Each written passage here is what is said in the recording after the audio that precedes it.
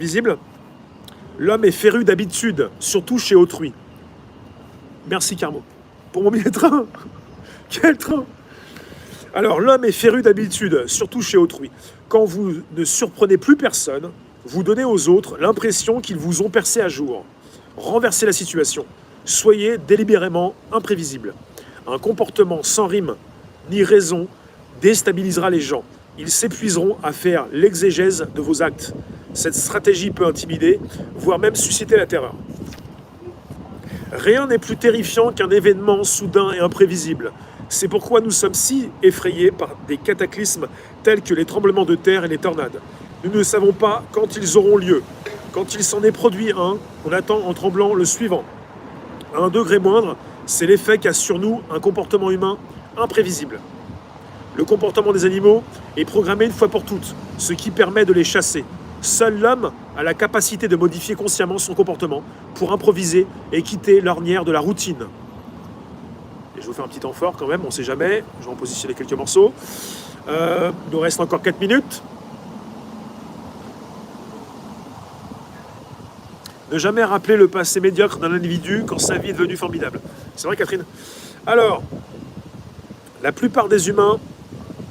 Voilà, le comportement des animaux est programmé une fois pour toutes, ce qui permet de les chasser. Seul l'homme a la capacité de modifier consciemment son comportement pour improviser et quitter l'ornière de la routine. La plupart des humains n'ont pas conscience de ce pouvoir. Ils préfèrent le confort de l'habitude.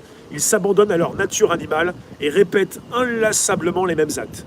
Ils agissent ainsi parce que cela ne nécessite aucun effort et parce qu'ils croient à tort que s'ils ne dérangent pas les autres, on les laissera tranquilles. Il faut bien comprendre qu'une personne de pouvoir se complaît à instiller une sorte de crainte chez ceux qui l'entourent en les déstabilisant délibérément pour garder l'initiative. Il est en effet parfois nécessaire de frapper sans avertissement, quand l'adversaire s'y attend le moins. C'est un procédé que les puissants utilisent depuis des siècles. Alors je vais vous dire, ça j'aime beaucoup, même si je sais ce que c'est, mais je ne l'utilise pas. J'ai des armes en main, mais j'en abuse pas. C'est-à-dire que je sais que je peux déstabiliser, mais je ne me sers pas de ça pour frapper, quoi, comme un lézard. Comme un lézard.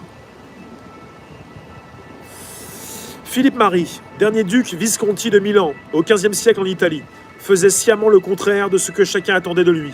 Par exemple, il témoignait soudain une grande bienveillance à un courtisan, puis lorsque celui-ci en venait à espérer un poste plus élevé, il le traitait brusquement avec un parfait dédain. Si, décontenancé, l'homme quittait la cour, le duc le rappelait et recommençait à le traiter avec égard.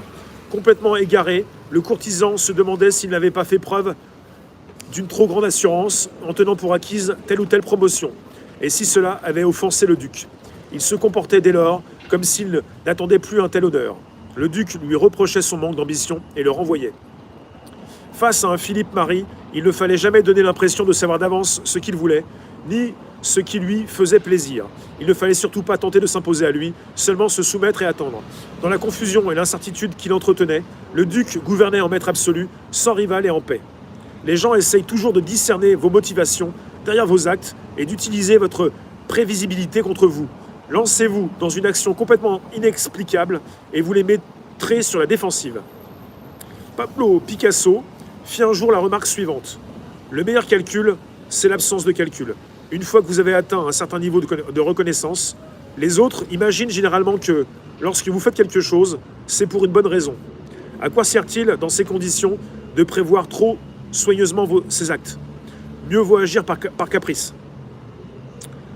Bon là, je suis un petit peu fatigué, mais il faut que je vous laisse. Et je vous remercie. Parfois, j'ai eu un petit peu trop vite. On n'avait pas beaucoup de temps, mais c'est déjà fini. Voilà, vous avez l'édition condensée, c'est un petit bouquin chez Alizio. Je pensais qu'il était à 8 €, en fait il est à 14. Ils sont pas gênés, hein. Bon, voilà. Voilà ça. Je vous remercie vous tous et à tout de suite pour un Twitch. Twitch.tv/réservoir live. Ah oui, il est 16h30, on y va. Le sentiment de n'avoir aucun pouvoir sur les gens et les événements est difficilement supportable. L'impuissance rend malheureux. Personne ne réclame moins de pouvoir. Tout le monde en veut davantage. Avec en bas de ligne, le pouvoir, on le désire, on le craint, on s'en protège. Merci vous tous, on y va. A tout de suite sur Twitch.